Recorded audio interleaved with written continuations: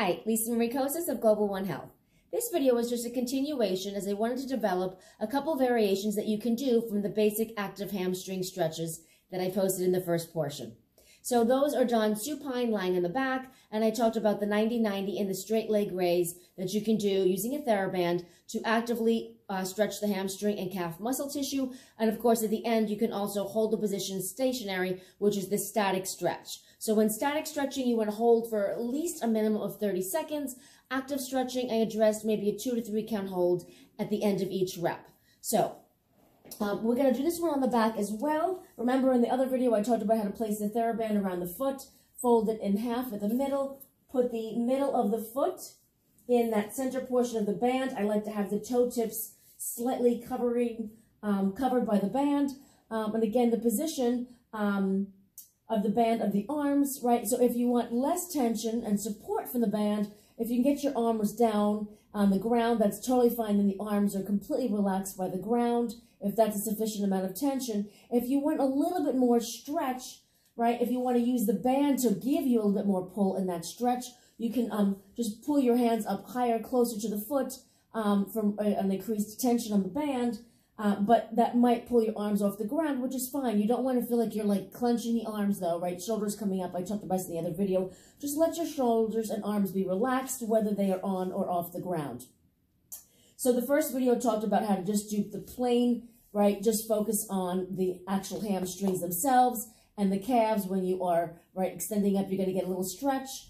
This video is just showing you of a couple of different positions that you can put your leg in to get a little bit stretch in the inner thighs and the outside hip. Again, you still want to be in neutral spine because you're getting the hamstring stretch. In this, you're just going to simply move your leg from one side to the other.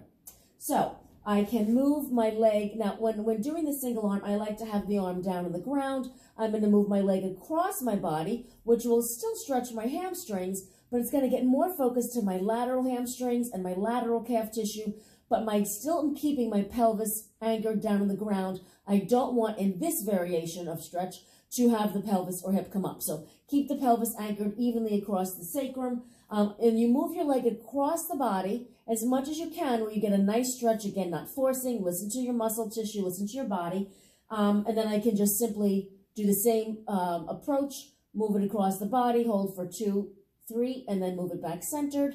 Or, of course, if I want to stay for the static stretch, I would just keep the leg across the body. I'm crossing my midline, and I'm going to hold that for a minimum, 30 seconds in that stretch or longer. The other variation is you simply move the leg open, right, towards the direction of the leg in the air. So you're not crossing the body, you're moving it in the same direction. Again, this is going to stretch the inside thigh muscles or my adductors.